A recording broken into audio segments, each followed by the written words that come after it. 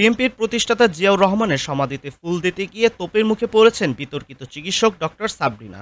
শনিবার ২৭ সেপ্টেম্বর সকালে এ ঘটনা ঘটে।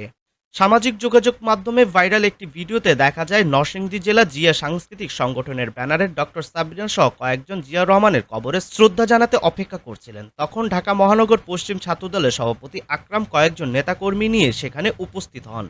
আকরাম ডক্টর সাবরিনার পরিচয় জানতে চাইলে তিনি বলেন তিনি কেন্দ্রীয় কমিটির ১ নম্বর সদস্য। এরপর ছাত্রদল নেতা বলেন, বিএনপি থেকে একটি প্রেস দেওয়া হয়েছে, আপনার এখানে আসার কথা না, আপনি আগে শেখ হাসিনাকে নিয়ে স্লোগান দিয়েছেন।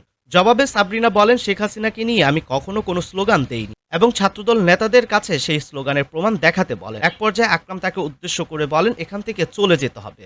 এরপর সাবরিনা বলেন, জিয়ার মাজার সবার। ভিডিওতে আরো দেখা যায় উপস্থিত কয়েকজন নেতাকর্মী সাবরিনাকে ঘিরে আওয়ামী লীগের দালাল হুঁশিয়ার সাবধান, আওয়ামী লীগের ঠিকানা এই বাংলায় হবে না এমন স্লোগান দিতে থাকেন। এ সময় বেশ কিছুক্ষণ তাদের মধ্যে কথা কাটাকাটি হয়, তবে ছাত্রদল নেতাকর্মীরা তার সেখান থেকে চলে যাওয়ার দাবিতে অনড় থাকেন। এক পর্যায়ে গাড়িতে করে ঘটনাস্থল ত্যাগ করেন সাবরিনা।